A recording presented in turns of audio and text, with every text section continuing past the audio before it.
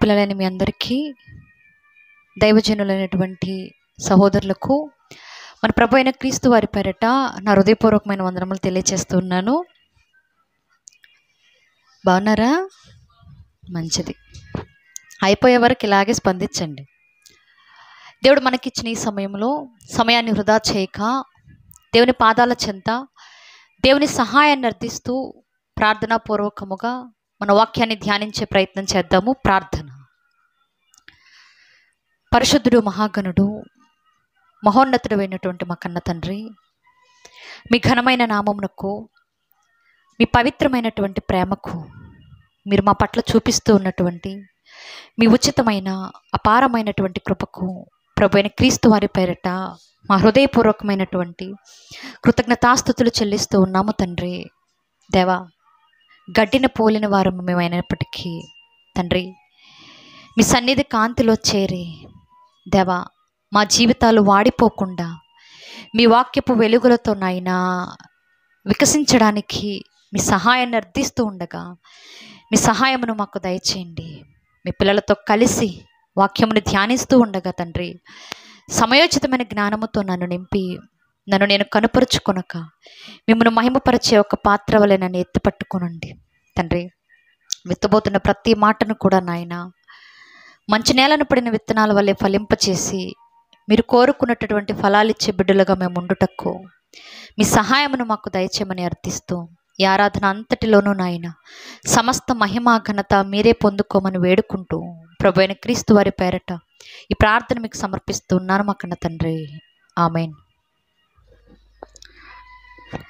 మంచిది ప్రియులారా, దేవుడు మనకిచ్చిన ఈ సమయంలో కొద్ది నిమిషాల పాటు మన వాక్యాన్ని ధ్యానించే ప్రయత్నం చేద్దాము. ఒకసారి చూడు.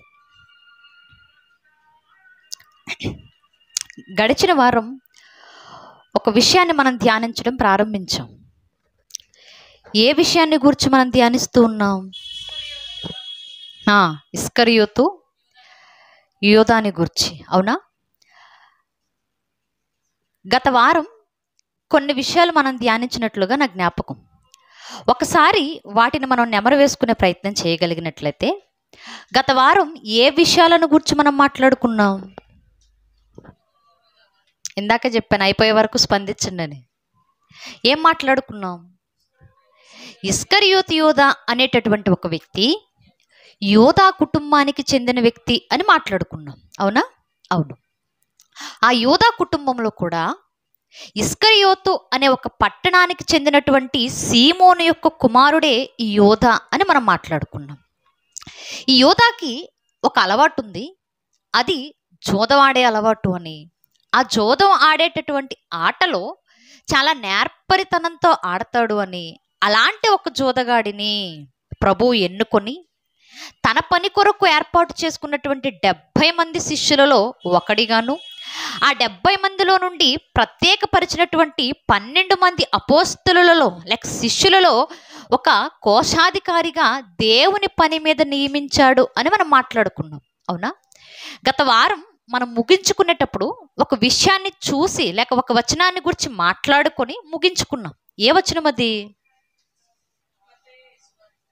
మత్తయి సువార్త 6వ అధ్యాయము 24వ వచనం.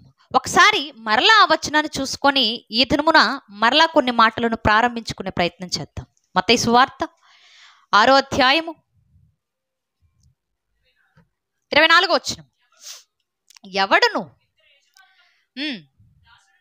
దాసుడుగా ఉండనేరడు, అతడు ఒకని ద్వేషించి ఒకని ప్రేమించును, లేదా ఒకని పక్షముగా నుండి ఒకని తృణీకరించును. మీరు దేవునికిని సిరికిని దాసులుగా నుండనేరరు. ఇది ఎవరు చెప్తున్న మాటని మాట్లాడుకున్నాం? యేసుక్రీస్తు ప్రభువారే. ఆయన మాట్లాడుతూ ఏ మనుష్యుడు కూడా సిరికిని అంటే డబ్బుకును, దేవునికిని అంటే దాసులుగా ఉండడం అన్నది అస్సలు జరగని పని అని మాట్లాడారు ఆయన. ఈ వచనంలో ఇస్కరియోతు యోధా సరిగ్గా సరిపోతాడు. ఆలోచన చేయండి. ఇప్పుడు ఇస్కరియోతును ప్రభు నిలబెట్టుకున్న తరువాత యోధాకి ఒకవైపునేముంది? డబ్బుంది, సిరుంది. ధనం ఒక చేతిలో ఉంది. ఇస్కరియోతు యోధాకి మరొక వైపున ప్రభు ఉన్నాడు. ఇప్పుడు ఒకవైపున డబ్బు, మరొక వైపున దేవుడు. ఇప్పుడు ఈ రెండిటిని చేత పట్టుకొని ఇప్పుడు ఇస్కరియోతు యోధా ప్రయాణం చేయడం మొదలుపెట్టాడు ప్రభుతో పాటు. ఇప్పుడు ప్రయాణం చేస్తూ అతడు ఎలాంటి ప్రయాణం లేక ఎలా అడుగులు వేస్తున్నాడో మరలా ఒక వచనాలు చూసుకొని ముందుకు వెళదాం. యోహాను గారు రాసిన సువార్త, యోహాను గారు రాసినటువంటి సువార్త 12వ అధ్యాయము 6వ వచనం. 12వ అధ్యాయం 6వ వచనం. వాడు ఇలాగు చెప్పినది బేదల మీద శ్రద్ధ కలిగి కాదు, కానీ ఎలాగు చెప్పినది. ఒక సందర్భాన్ని కోట్ చేస్తూ మాట్లాడుతున్నాడు యోహాను గారు. ఈ సందర్భాన్ని గత వారం మనం ధ్యానించాం. ఏంటది? ప్రభువారు భోజనానికి వచ్చినప్పుడు ఒక స్త్రీ 1 లీటర్న్నర అంటే సేరున్నర ఎత్తు కలిగినటువంటి ఒక అత్తరు బుడ్డిని తీసుకొని రావడం, ఆ అత్తరు బుడ్డిని పగలగొట్టడం, ప్రభు దేహం మీద లేక ఆయన తల మీద పోయడం, ఆ కారిపోతున్నటువంటి ఆ అత్తరు బుడ్డిని లేక అత్తరును చూసి శిష్యులలో ఒకడైనటువంటి ఇస్కరియోతు యోధా నోరు తెరిచి, ఎందుకు ఈ అత్తరు ఇలా వేస్ట్ చేస్తున్నావు నువ్వు? ఈ అత్తరు బయట 150 రూపాయలు వెల కలుగుతుంది, కాబట్టి ఈ అత్తరు బుడ్డేదో అమ్మేసి ఆ డబ్బులు తీసుకొచ్చి బేదలకు ఇచ్చేయచ్చు కదా అని మాట్లాడాడట. అతడు ఇలాగు మాట్లాడినది బేదల మీద ప్రేమతో కాదట, బేదల మీద శ్రద్ధ కలిగి కాదట. అతడు ఇలా ప్రవర్తించిన ప్రవర్తన వెనక సదుద్దేశం లేదంటున్నాడు. అతడు ఇలాగు మాట్లాడినది బేదల మీద శ్రద్ధతో కాదు, కానీ వాడు దొంగ అయి ఉండి తన దగ్గర డబ్బు సంచి ఉండినందున అందులో వేయబడినది దొంగిలించుచూ వచ్చెను కనుక అలాగు చెప్పెను. ఏమై ఉన్నాడట ఇస్కరియోతు యోధా? ఏమై ఉన్నాడు? ఒకసారి ఆలోచన చేయండి.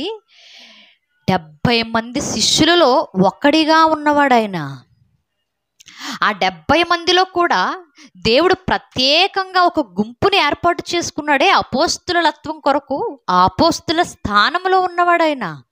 ఆ అపోస్తులలో కూడా ఒక కోశాధికారిగా ప్రతి రూపాయిని లెక్క కట్టి ఖర్చు పెట్టేటటువంటి ఒక ఉన్నత స్థాయిలో ఉండాల్సిన వాడు ఆయన. కానీ ఈ సందర్భం వచ్చేటప్పటికి ఎలా ఉన్నాడట? దొంగగా ఉన్నాడట. దొంగ అయి ఉండినందున తన దగ్గర డంపు సంచిలో ఉన్నవి ప్రతిరోజు లేదా ఎప్పుడు సమయం దొరికితే అప్పుడు దొంగతనం చేస్తూ వస్తున్నాడు.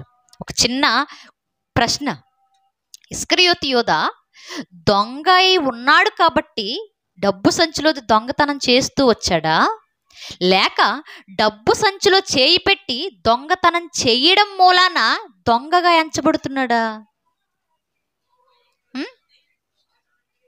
ముఖ్యాంశాలు మరోసారి. ఇస్కరియోతు యోధా దొంగ కాబట్టి దొంగతనం చేశాడా, దొంగతనం చేస్తున్నాడు కాబట్టి దొంగగా ఎంచబడుతున్నాడా? దొంగతనం చేస్తున్నాడు కాబట్టి ఎంచబడుతున్నాడు, అవునా? ఒక చిన్న ఉదాహరణ చెప్తాను.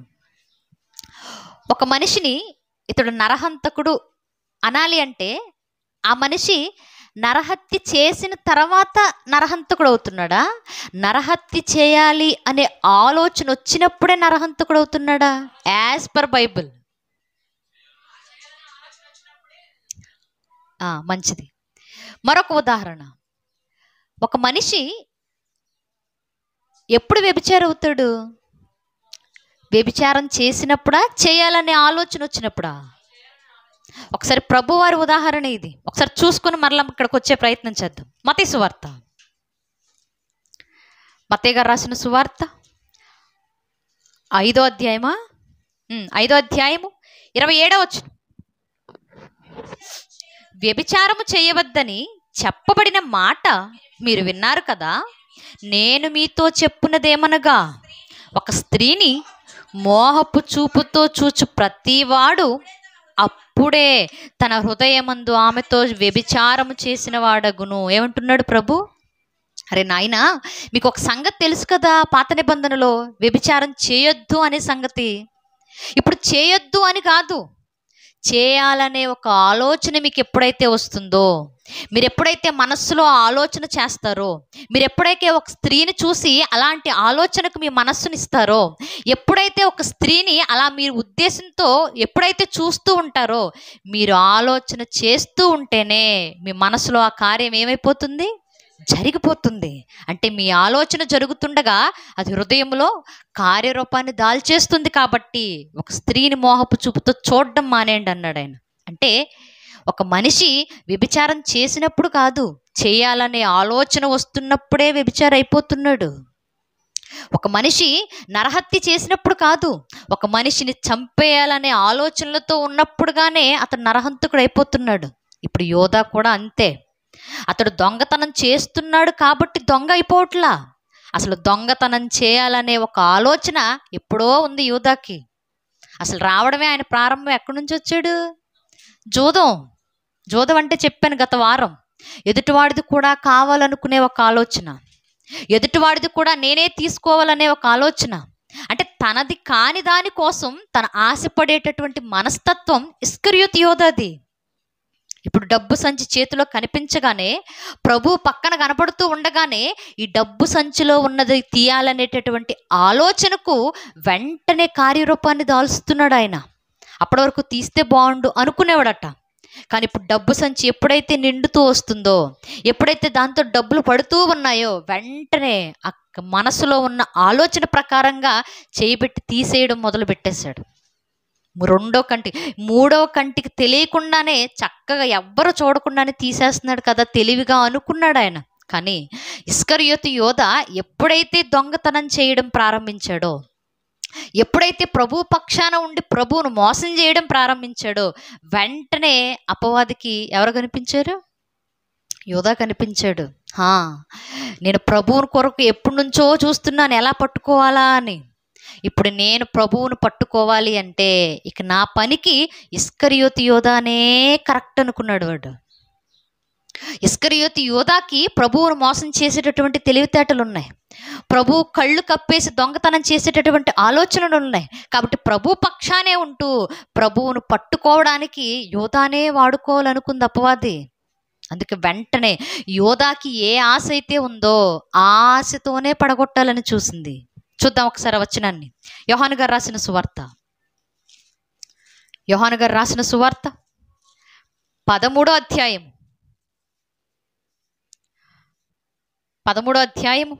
2వ వచనం.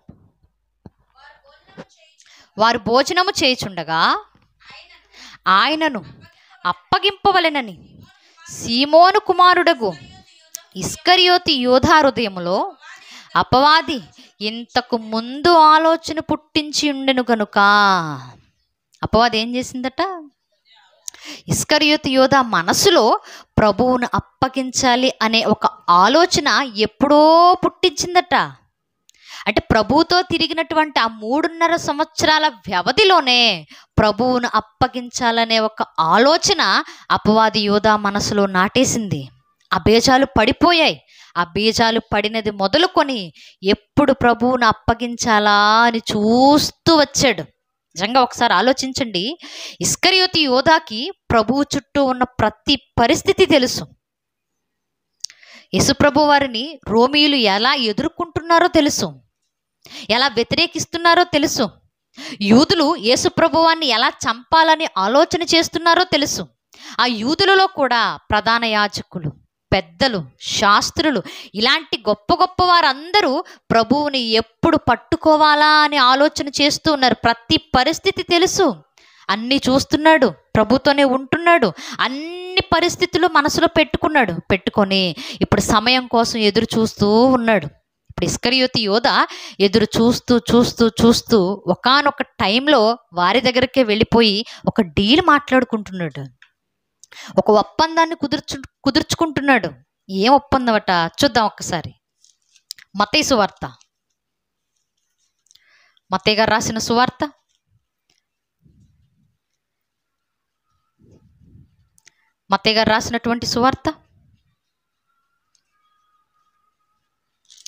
26వ అధ్యాయము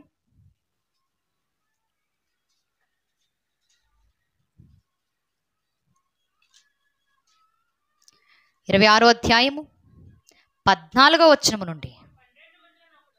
అప్పుడు 12 మందిలోనొక్కడగు ఇస్కరియోతు యోధ ప్రధాన యాజకుల యొద్దకు వెళ్ళి, నేను ఆయనను మీకు అప్పగించిన ఎడల నాకేమి ఇత్తురని వారిని అడిగెను.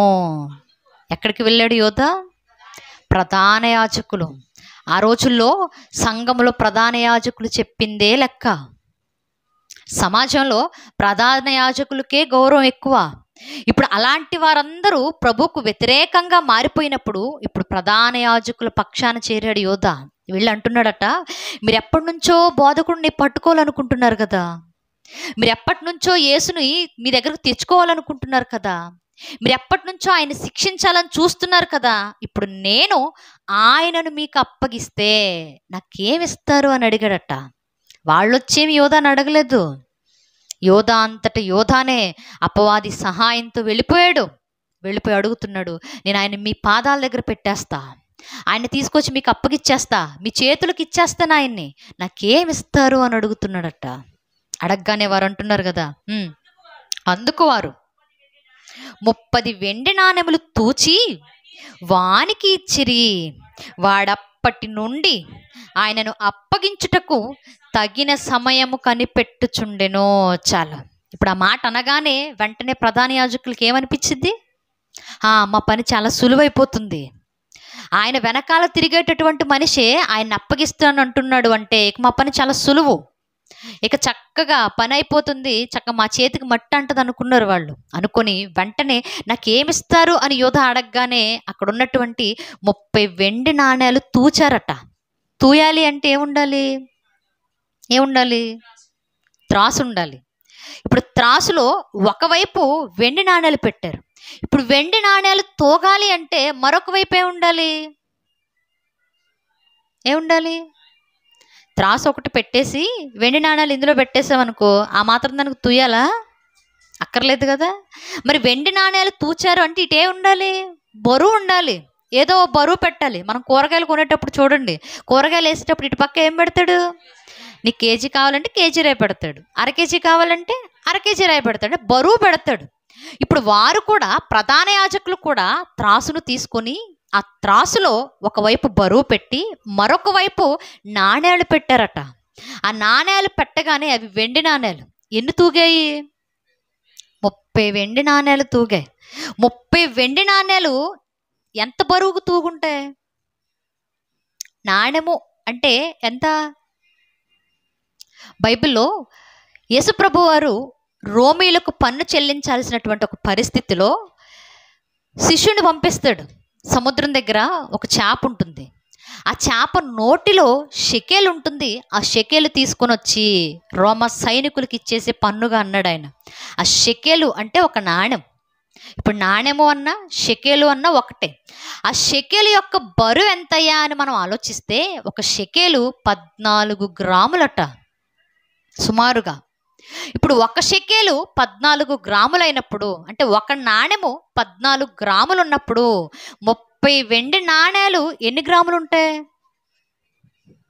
30 × 14 420 గ్రాములు ఉంటాయి, అవునా? ఇప్పుడు సుమారుగా అర కేజీ రాయిని పెట్టి అంటే అర కేజీ బరువును పెట్టి ఆ అర కేజీకి సరిపడా 30 వెండి నాణేలు తూచారిటు. అంటే అర కేజీ వెండిని ఇస్కరియోతు యోధాకి ఇవ్వడానికి ఇష్టపడ్డారు. అప్పట్లో ఆ రోకలు కానివ్వండి, వెండి నాణేలు కానివ్వండి, చాలా డబ్బులు మనం ఎలా అయితే వాడుతున్నామో, రూపాయి కానివ్వండి, 5 రూపాయలు కానివ్వండి, 10 రూపాయల కాయిన్స్ కానివ్వండి, అప్పట్లో ఇంకా గొప్పవి అవి రేటు. ఇప్పుడు అలాంటివి సుమారుగా 420 గ్రాములు వెండితో ఉన్నటువంటి 30 నాణేలను తూచిచ్చేశారు. ఇప్పుడు తూచిచ్చేసిన తర్వాత వెంటనే అవి తీసుకొని వెళ్ళిపోయాడు. అంటే ప్రభువును అప్పగించడానికి ప్రభువుకి ఎంత వెల కట్టాడు ఇస్కరియోతు యోధ? 420 గ్రాములు వెండికి. ప్రభువును వారి పక్షాన లేక ప్రభువుని తీసుకెళ్ళి వారికి అప్పగించడానికి యోధ ప్రభువుకి ఎంత వెల కట్టేశాడు? 30 వెండి నాణేలకి. ఇప్పుడు అంత అమౌంట్కి, అంత ధరకు ప్రభువుని అప్పగించడానికి ఇష్టపడిపోయాడు. ఇప్పుడు ఆ సంచి తీసుకున్నాడు, వెళ్ళిపోయాడు. వెళ్ళిపోయిన తరువాత యోధ ఎవ్వరికి సందేహం రాకుండా ఒకవైపు కోశాధికారిగా న్యాయబద్ధంగా ఖర్చు పెట్టేటటువంటి సంచిని కలిగి ఉన్నాడు. మరొక వైపు ప్రభువును అప్పగించడానికి స్వార్థంతో పక్కన పెట్టుకున్నటువంటి ఆ 30 వెండి నాణేల సంచిని కూడా పట్టుకునే ఉన్నాడు. ఇప్పుడు న్యాయంతో కూడిన సిరి ఒకవైపు ఉంది, అన్యాయంతో కూడిన సిరి మరొక వైపు ఉంది. ఇప్పుడు ఈ రెండు పట్టుకొని ప్రభువుని ఎప్పుడు అప్పగించాలా అని ప్రభుతోనే తిరుగుతున్నాడు. ప్రభు ఎక్కడికి వెళ్తే అక్కడికి, ప్రభు ఎక్కడ భోజనం చేస్తే అక్కడ, ప్రభువుకి ఎక్కడ పని ఉంటే అక్కడ, ఎవరికీ సందేహం రాకుండా 3.5 సంవత్సరాల పాటుగా తిరుగుతూనే ఉన్నాడు. ఆ 3.5 సంవత్సరాల వ్యవధిలో ప్రభు ఎన్నో మార్లు గద్దించాడా లేదా? మీలో ఒకడు సాతాను అని మాట్లాడాడు. అప్పుడైనా ఆలోచన చేయొద్దు యోధా? ఆలోచించలేదు. రోజులు గడుస్తూ ఉండే కొలది మీలో ఒకడు నన్ను అప్పగింపబోతున్నాడు అని మాట్లాడాడు. అప్పుడైనా తెలిసిపోయిందనేటటువంటి సంగతి ఇస్కరియోతు యోధా మనసులోకి రావాలా వద్దా? రావాలి. కానీ రాలేదు. ఎంతసేపు డబ్బులు తీసుకున్నాను, అప్పగించేసేయాలి, నాణ్యాలు కనపడకుండా దాచుకున్నాను, ప్రభువును కనపడకుండా చేయాలి అనే ఆలోచనతోనే ఉన్నాడు ఆయన. అలా రోజులు గడుస్తూ ఉండే కొలది ఒకానొక రోజున ఏ సమయం కోసమైతే ఎదురు చూశాడో ఆ సమయం వచ్చేసింది. తెల్లవారుతూ ఉండగా యేసుప్రభు వారు మిగిలిన శిష్యులతో అందరితో కలిసి గెత్సేమనే వనంలో ప్రార్థన చేస్తూ, రేపటి దినం కొరకు తనను తాను సిద్ధపరుచుకుంటూ, రేపు పోయబోతున్నటువంటి ప్రాణదర్పణ కోసం ఆయన ప్రభు ఎదుట పాదాలు మోకరించి ప్రార్థన చేస్తూ ఉండగా వెళ్ళిపోయి డీల్ మాట్లాడుకున్నాడు.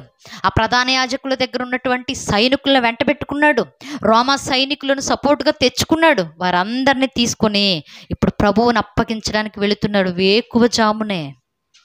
చూద్దాం ఒకసారి ఆ సందర్భాన్ని. ఇదే మత్తయి సువార్త 27వ అధ్యాయము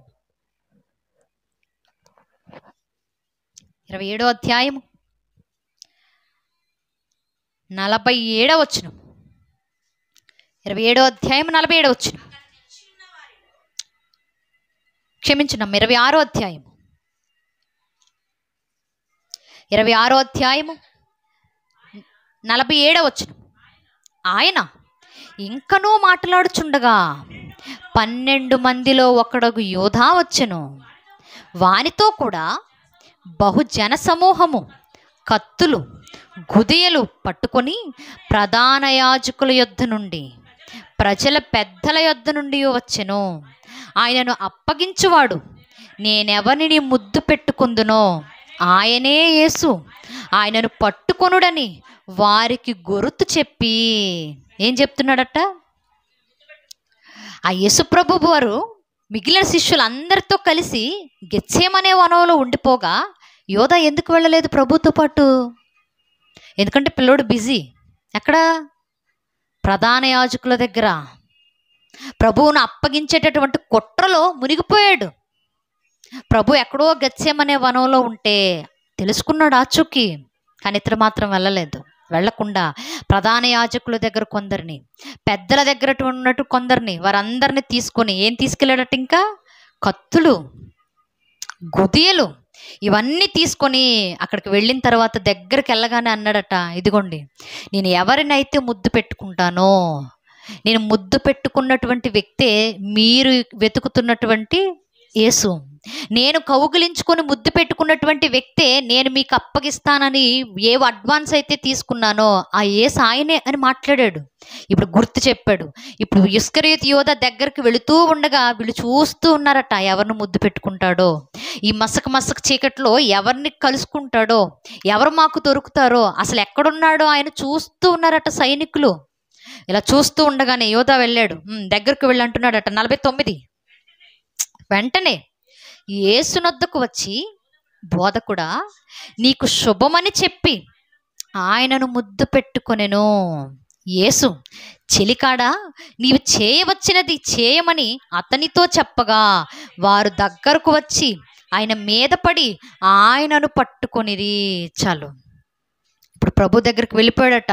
వెళ్ళిపోయి యేసు ప్రభు వారిని చూడగానే ఆయన అంటున్నాడట, బోధకుడా నీకు శుభము అన్నాడా? ఏమన్నాడు? ప్రభు దగ్గరికి వెళ్ళగానే బోధకుడా నీకు శుభము. శుభము అంటే గ్రీటింగ్స్, ఒక పాజిటివ్ వైబ్ అనేది క్రియేట్ చేస్తుందన్నమాట. శుభవచనాలు, గుడ్ న్యూస్ అంటాం మనం. ఇప్పుడు ప్రభు దగ్గరికి వెళ్ళగానే అంటున్నాడు కదా బోధకుడా, నీకు శుభం. ఏంటి శుభం? అప్పటి వరకు ప్రభుతోనే తిరిగి ప్రభువుని అప్పగించేస్తున్నాడే, అదా శుభం?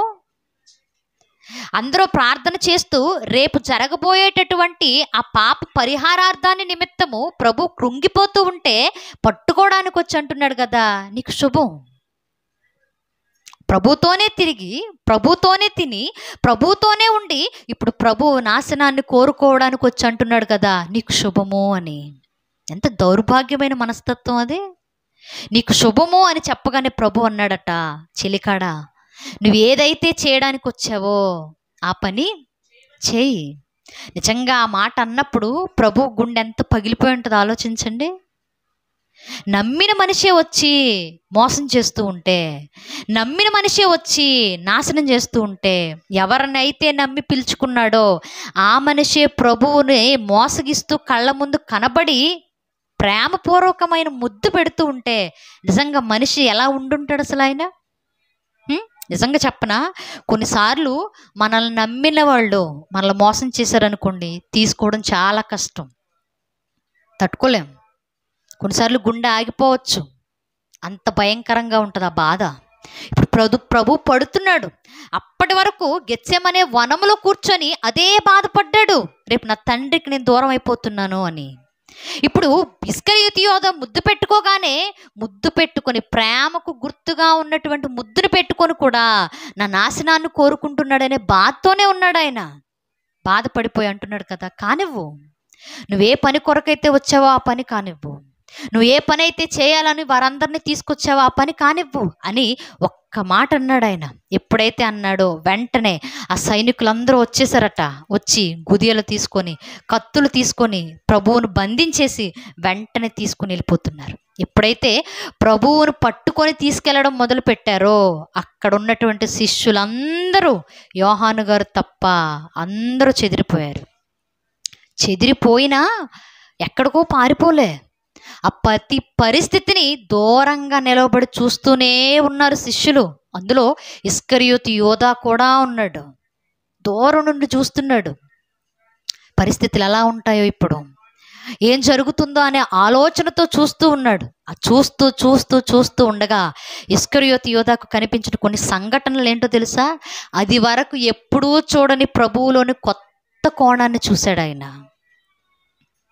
ఆ గుదియలు తీసుకొచ్చిన వాళ్ళు ప్రభువును పట్టుకొని వెళ్ళిపోయిన తర్వాత ఒక ముద్దాయిగా ప్రభువును నిలవపెట్టి, అర్హత లేనివాడు కూడా ప్రభువును గూర్చి దూషిస్తూ మాట్లాడుతూ ఉంటే ఆ మాటలు విని కూడా నోరు మెదపని ఒక మంచి మనస్తత్వాన్ని చూశాడు ప్రభువులో యోధ.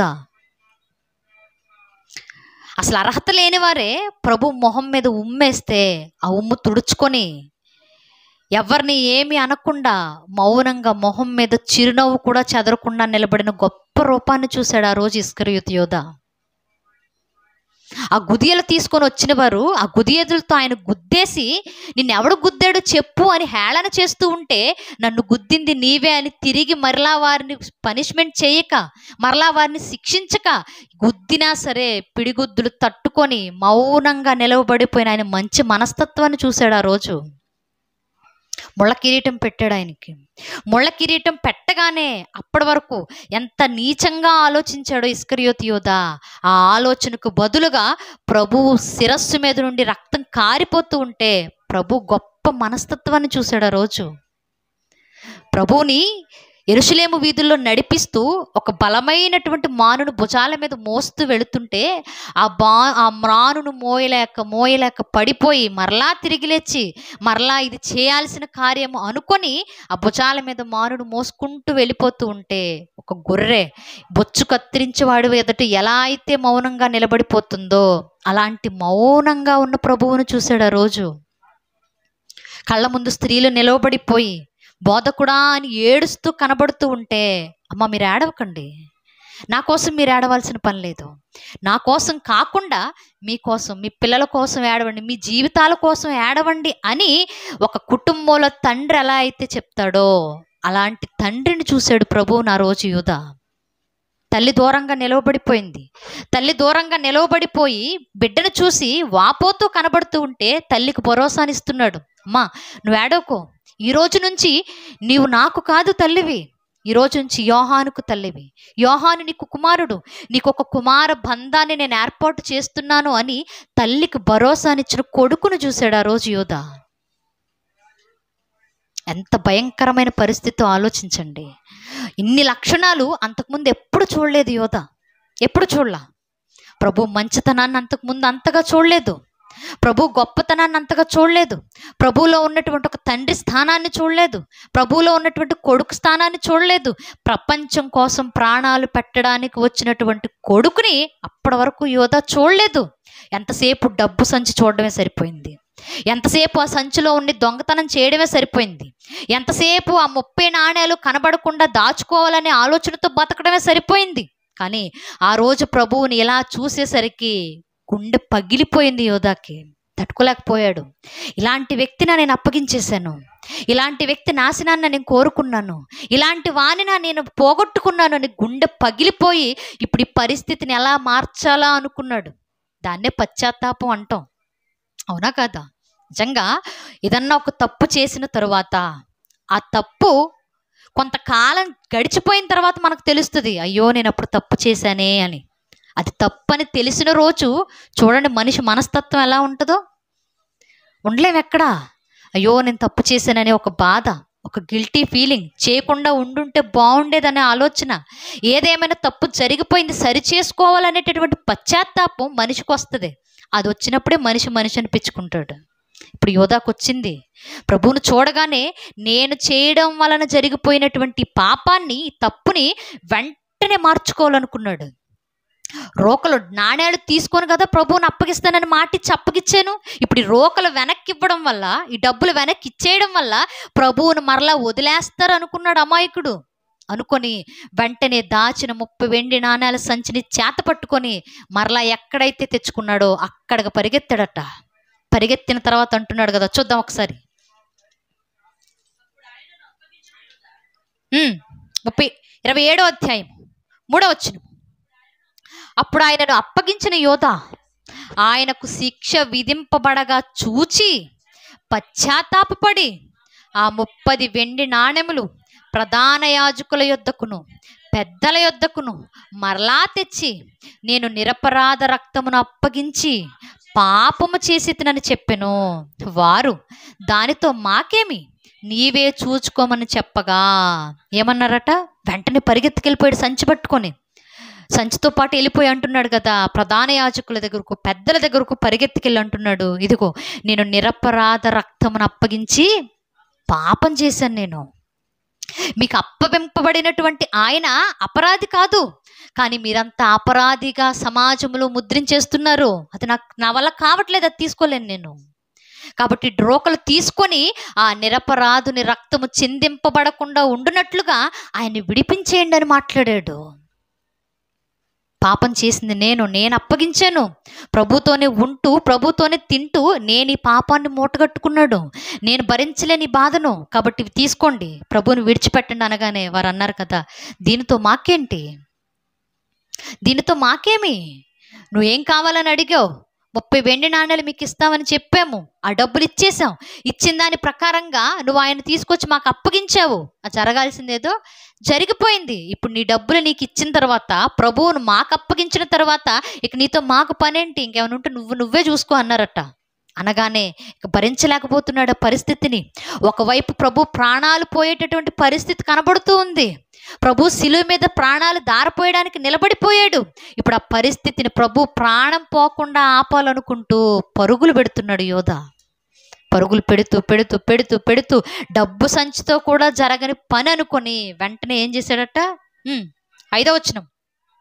అతడు ఆ వెండి నాణెములు దేవాలయంలో పారవేసి పోయి ఉరి పెట్టుకొనెను. ఏం చేస్తున్నాడు? పశ్చాత్తాప పడినవాడు పశ్చాత్తాపంతో ఆగిపోయి, ప్రభువు కోసం నేను ఎలాగో బతకలేకపోయాను, ప్రభువు కోసం చనిపోయేదాకైనా బతుకుదాం అనుకుంటే బాగుండేది, కానీ అలా అనుకోలా. నిజం చెప్పనా, ప్రభువు కోసం చచ్చిపోవడం చాలా సులువు, కానీ ఆయన కోసం బతకడమే చాలా కష్టం. ఇప్పుడు యోధ ఇక ఈ బాధను నేను భరించలేను అనుకున్నాడు. ప్రభు చనిపోతూ ఉన్నాడు, అది నేను చూడలేను అనుకున్నాడు. నేను చేసిన పాపం వల్లనే ప్రభు ఈరోజు సిలువెక్కే పరిస్థితి వచ్చింది అనుకున్నాడు. వెంటనే ఇక నా ప్రాణాలు భూమి మీద ఉండడానికి వీల్లేదనుకొని ఉరి పెట్టుకోవడానికి వెళ్ళిపోయాడట.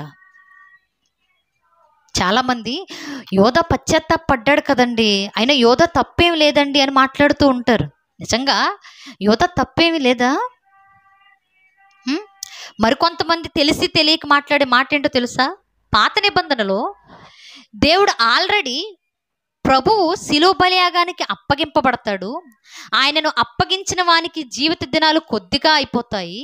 అతను అప్పగించిన వాడు ఎవరైతే ఉన్నారో అతను ఉద్యోగం మరొకడికి ఇవ్వబడుతూ ఉంది. ఇప్పుడు ఈ పరిస్థితి అంతా దేవుడు ముందుగానే ప్రవచించేశాడు కాబట్టి ఆయన ప్రవచన నెరవేర్పు కొరకు ఎవరో ఒకరు ప్రభువుని అప్పగించాలి. కాబట్టి ఆ ఎవరో ఒకరు ఇస్కరియోతు యోధానే అయ్యాడు. ఇందులో యోధా తప్పే ఉంది అని అడిగే వాళ్ళు కూడా ఉన్నారు. అవునా? అవును, చాలామంది అడిగేవాళ్ళు ఉన్నారు. ఇప్పుడు ఎవరో ఒకరిని ప్రభువుని అప్పగించాలి, ఆ ఎవరో ఒకరు యోధానే అయ్యాడు.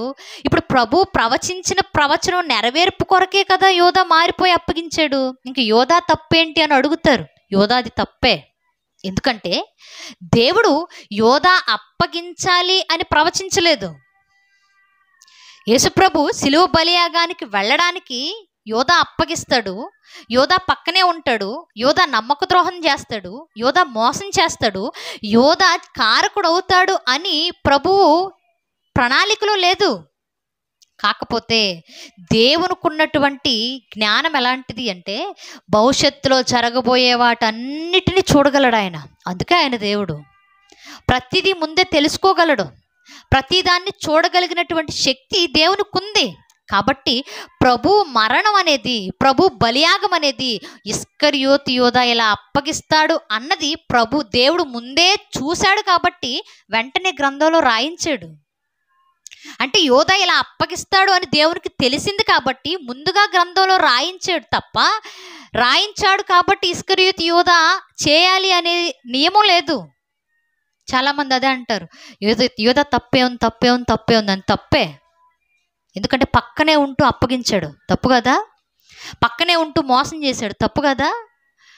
అప్పటి వరకు అన్నీ చూసినవాడు ప్రభువుని ఎందుకు అలా చూడలేకపోయాడు? తప్పది. అందుకే దేవుడు ముందుగా గ్రంథంలో మాట్లాడిన దాని ప్రకారంగా యోధా చేయలా. యోధా చేయబోయేది దేవునికి ముందే తెలుసు కాబట్టి గ్రంథంలో రాయించేశాడు. అంత దుర్మార్గుడు, అంత దుర్మార్గుడు కాబట్టే లోకా గారు మాట్లాడుతూ యోధాను గురించి ఏం మాట్లాడారో ఒకసారి చూద్దాం. లోకా సువార్త 6వ అధ్యాయము 16వ వచనం. 6వ అధ్యాయము 16వ వచనం. ద్రోహియగు ఇస్కరియోతు యోధా అనువారు ఏమంటున్నాడు ఆయన? ఏమంటున్నాడు ఆయన? లోకా గారు మాట్లాడుతూ యోధా ఎలాంటి వాడో తెలుసా? అతను ఒక ద్రోహి అన్నాడు. మనం మంచోడని ఎలా అందాం? ఇంకా యోధా ఒక ద్రోహి అన్నాడు. ఏ విషయంలో ద్రోహి? ఏ విషయంలో ద్రోహిగా కనపడ్డాడు? యోధా ఎలాంటి వాడో తెలుసా? మిత్రద్రోహి ఆయన. ఎందుకంటే ప్రభుతో తింటూ ఉంటూనే ప్రభువుని అప్పగించాడు. స్నేహపూరితమైనటువంటి ఒక ముద్దు పెట్టుకొని అప్పగించాడు. మరి మిత్రద్రోహం కాదా అది? యోధా ఎలాంటి వాడయ్యా అంటే నమ్మక ద్రోహి ఆయన. ఎక్కడో జోదగాడిగా ఉన్నవాడిని, అర్హత లేని వాడిని, పెంట కుప్పల మీద బతికేటటువంటి యోధాని తీసుకొచ్చి శిష్యులలో అగ్రగణ్యుడుగా, కోశాధికారిగా నియమించాడు. ఎంత నమ్మాడు దేవుడు ఆయన్ని, ఎంత నమ్మి పక్కన పెట్టుకున్నాడు ప్రభువు. పేతురు గారి చేతికి కూడా ఇవ్వనటువంటి డబ్బు సంచిని ఇస్కరియోతు యోధా చేతికిచ్చాడు అంటే నమ్మాడా లేదా? అంత నమ్మితే ఆ నమ్మకాన్ని ద్రోహంగా మార్చుకున్నాడు. నమ్మక ద్రోహ కాదా? ఇంకా చెప్పాలి అంటే దైవద్రోహి కూడా. ఎందుకంటే యేసుప్రభు దేవుని కుమారుడు అన్న సంగతి యోధాకు తెలీదా? తెలుసు. పాపాలను భరించడానికి వచ్చిన దేవుని కుమారుడు అన్న సంగతి యోధాకు తెలీదా? తెలుసు. మరి దేవుని కుమారుడు అని తెలిసిన దేవునికే విరోధంగా నిలబడాలనే ఆలోచనకి ఎందుకు ఏకీభవించాడు? అందుకే నన్ను దైవద్రోహి అని. అందుకే భరించలేకపోయాడు ఈ బాధ. నేను ద్రోహం చేశాను, నేను పాపం చేశాను, నేను తప్పు చేశాను, వీటన్నిటినీ భరించలేకపోతున్నాననే ఉరి పెట్టుకొని చచ్చిపోయాడట. చావులో కూడా నిజంగా ఎలాంటి చావో తెలుసా? కొన్నిసార్లు మనం బాగా కోపం వస్తే ఒక మాట అంటాం, ఏమని? నువ్వు నువ్వు కుక్క చావు చచ్చిపోతావురా అంటాం, అవునా? ఇంకా ఆ మాట అన్నక్కర్లే, యోధా చావు చచ్చిపోతావని తిట్టొచ్చు. అంత దౌర్భాగ్యమైనటువంటి చావు యోధాది. పోయి ఉరి పెట్టుకున్నాడట. ఉరి పెట్టుకున్న తరువాత ఎలా చనిపోయాడో చూద్దాం ఒకసారి. అపోస్తుల కార్యములు 1వ అధ్యాయం 17వ వచనము నుండి, అతడు మనలో ఒకడుగా ఎంచబడిన వాడై ఈ పరిచర్యలో పాలు పొందెను. ఈ యోధ ద్రోహము వలన సంపాదించిన రోకలనిచ్చి ఒక పొలము కొనెను. అతడు తలక్రిందులుగా పడి నడిమికి బద్దలైనందున అతని ప్రేగులన్నీ బయటకు వచ్చెను. ఎలా చనిపోయాడట? భరించలేని బాధతో ఎక్కడికో చివరికి వెళ్ళిపోయి ఉరి పెట్టుకున్నాడట. ఉరి పెట్టుకోవాలంటే ఒక చెట్టుకో కొయ్యకో దేనికో ఒకదానికి పెట్టుకోవాలి. ఇప్పుడు ఉరి పెట్టుకున్న తరువాత అయ్యో యోధా వేలాడుతున్నాడే అని ఆయన దింపే దిక్కు కూడా లేకుండా పోయింది ఆ రోజు. అలా వేలాడుతూ ఉండగానే ఆ బరువుకి ఎన్ని రోజులు ఉన్నాడో అలాగే వేలాడుతూ ఆ బరువుకి ఆ కొమ్మ ఊడిపోయి అతని మెడ విరిగిపోయి అక్కడ నుండి భూమి మీద పడే సమయానికే మధ్యలోకి ఏమైందట? ఉదర భాగంలో 2 ముక్కలైపోయాడు. 2 ముక్కలైపోయి కడుపులో ఉన్న ప్రేగులు కూడా బయటకు వచ్చేసి అసలు ఇతడు యోధానే అని గుర్తు కూడా పట్టనంత దౌర్భాగ్యకరమైన పరిస్థితిలో చచ్చిపోయాడు యోధా. అదే మాట్లాడుకుంటున్నారు వారు. తలకిందులుగా పడి, అంటే తల రివర్స్ పడిపోయింది, తలకిందులుగా పడి ప్రేగులు కూడా బయటికి కక్కొని చచ్చిపోయిన పరిస్థితి ఒకనాడు యోధాకు వచ్చింది అని అపోస్తలులు కూర్చున్నప్పుడు మాట్లాడుకుంటున్నారు. అంటే ఎంత దౌర్భాగ్యకరమైన స్థితిలో చనిపోయాడు ఆయన. కారణం ఏంటి? కారణం ఏంటి? చేసిన పాపం అలాంటిది. మనం అనుకుంటాం మనం చేసిన పాపం ఎక్కడికి పోదని. నిజంగానే ఎక్కడికి పోదు, ఎక్కడికి పోదు. అసలు అర్హతే లేనివాడు యోధా. కానీ ప్రభువు నమ్మినప్పుడు ఆ నమ్మకాన్ని గుర్తు చేసుకోవద్దు, ఆ నమ్మకాన్ని జ్ఞాపకం చేసుకోవద్దు. ఈరోజు నిజంగానే ఇస్కరియోతు యోధా స్థానంలో ఒక్కసారి మనల్ని మనం పెట్టుకొని ఆలోచన చేద్దాం. ప్రభువు మనల్ని కూడా ఎన్నిక లేని వారు కానీ తెలిసినప్పటికీ మనల్ని ఎంచుకున్నాడు. అర్హత లేని వారమని తెలిసినప్పటికీ మనల్ని ఎంచుకున్నాడు. మన సమాజంలో నీచులుగా ఎంచబడుతున్న వారమని తెలిసినప్పటికీ గొప్పవారిగా దేవునికి పిల్లలుగా దత్తత తీసుకొని దగ్గరకు చేసుకున్నాడు. ఇప్పుడు మనం కూడా దేవునిలోకి వచ్చాం. కానీ చాలామంది దేవునిలోకి వచ్చిన తర్వాత కూడా మనస్తత్వాలు ఎలా ఉంటాయో తెలుసా? దేవునిలోనే ఉంటూ బతుకుతూ అలానే ఉంటూ దేవుణ్ణి మోసం చేసే పరిస్థితుల్లోకి జారిపోతుంటారు. దేవుణ్ణి నమ్ముకుంటే జీవితాలు బాగుంటాయి, కానీ దేవుణ్ణి నమ్ముకుంటే బాగో యోధాలానే ఉంటాయి.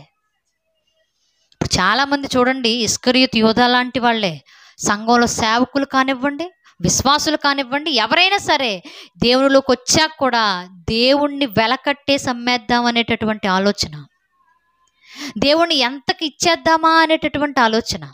నిజంగా ఒక్క పూట భోజనం కోసం జ్యేష్ఠత్వాన్ని నమ్ముకున్నటువంటి ఏసావునే భ్రష్టుడని బైబిల్ మాట్లాడినప్పుడు, మరి ప్రభువునే 30 వెండి నాణాలకు అమ్మేసిన యోధాని ద్రోహి అని మాట్లాడినప్పుడు, మరి ఈరోజు మనం ప్రభువులోకి వచ్చిన తర్వాత కూడా ప్రభు పేరు చెప్పుకుంటూ ఎన్నో సంపాదిస్తున్నాం, ప్రభు పేరు చెప్పుకుంటూ ఎంతో అన్యాయంగా వెనకేసుకుంటున్నాం, ఎంతో అన్యాయ సంపదను మనం పోగు చేసుకుంటున్నాం. మరి మనల్ని ఏమనాలి? ఏమంటారు? మనకంటే ఇంకా నీచులు ఇంకొకళ్ళు ఉండరు.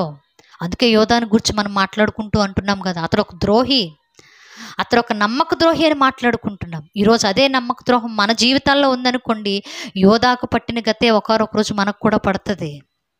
ఈరోజు మిత్రద్రోహి అని యోధాని గురించి మాట్లాడుకుంటున్నాం, దైవద్రోహి అని మాట్లాడుకుంటున్నాం. మరి ఈరోజు దేవునిలోకి వచ్చిన తరువాత కూడా దేవునికి నచ్చని కార్యాలు, దేవుడు నొచ్చుకునే కార్యాలు, దేవుడు అసహించుకునే కార్యాలు, దేవుడు ఏదైతే వద్దన్నాడో అవన్నీ మనం చేస్తూ కూడా కనబడుతూ ఉన్నాం అనుకోండి, మన జీవితాలు ఇస్కరియోతు యోధా అలానే ఉంటాయి. కాబట్టి ఆలోచన చేద్దాం.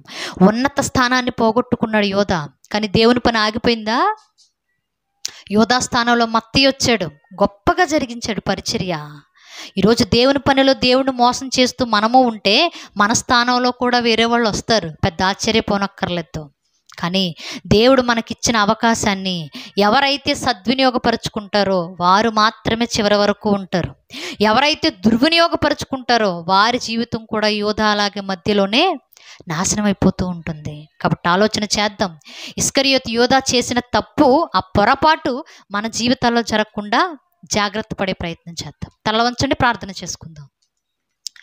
పరిశుద్ధుడు, మహాగణుడు, సర్వోన్నతుడైనటువంటి మా కన్న తండ్రి, దేవా, మీ ఘనమైన నామమునకు మరి ఒకసారి కృతజ్ఞతాస్తుతులు తండ్రి.